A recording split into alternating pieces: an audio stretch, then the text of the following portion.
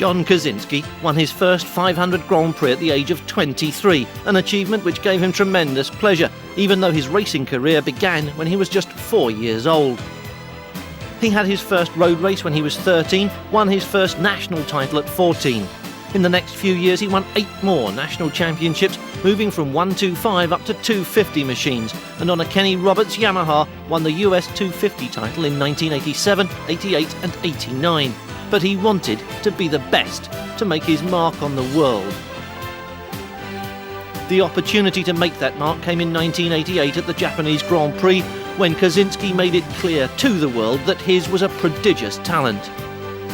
2 races in 1988 gave him pole position in front of his home crowd at Laguna Seca, but he began 89 in even grander style, scorching to a win at Suzuka, leaving luminaries such as reigning world champion Sito Pons gasping in his considerable wake. Whether I do the rest of the series or not, I'm happy, and I don't know what to say. I just want to go down and thank my mechanics and everybody, especially Kenny Roberts.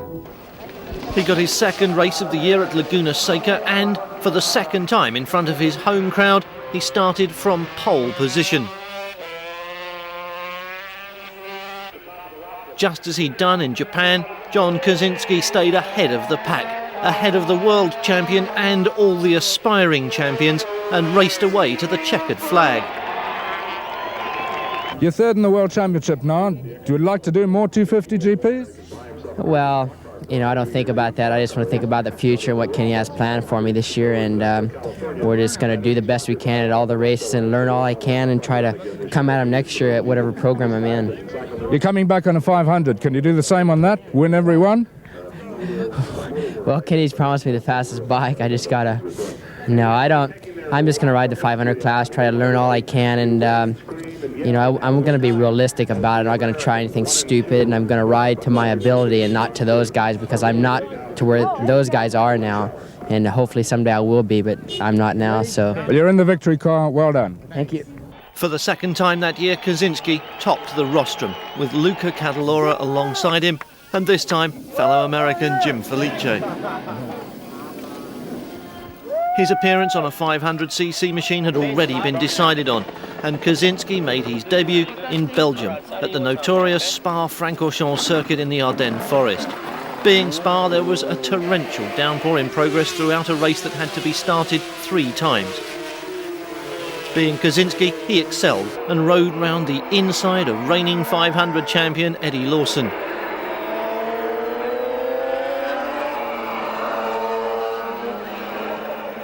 He claimed a place on the rostrum beside Lawson and 500cc racing's coming man, Wayne Rainey. At the start of the 1990 season, the 3 of them, Lawson, Rainey and Kocinski, joined forces with ex-world champion Kenny Roberts, and the Marlboro Roberts Yamaha Super Team was ready for action.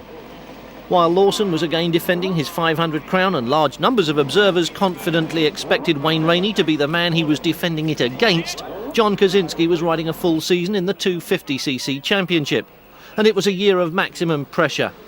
After his performances in 1989, Kocinski was widely expected to blitz the championship with ease. This year 250 World Championship, if obviously you hope you're the champion at the end of the year, will it mean a move into the 500cc class for you? Well, I just need to get finished with this year, and we'll see.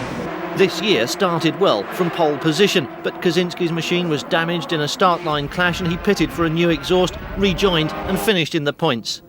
After a year-long battle with Carlos Cardus, the championship went right down to the wire. At the final round in Australia, Cardus retired from a poor position. Now assured of the title, Kocinski rattled Bradl's cage for a few laps and then dived underneath him in a sensational outbraking move to take the checkered flag. In his first full season, John Kocinski had done exactly what everyone expected, collecting the world title and adding it to the 500 crown Wayne Rainey had already scooped for the Marlboro Roberts Super Team. No, can you believe it? I told you! Oh, yeah! John, how do you feel now?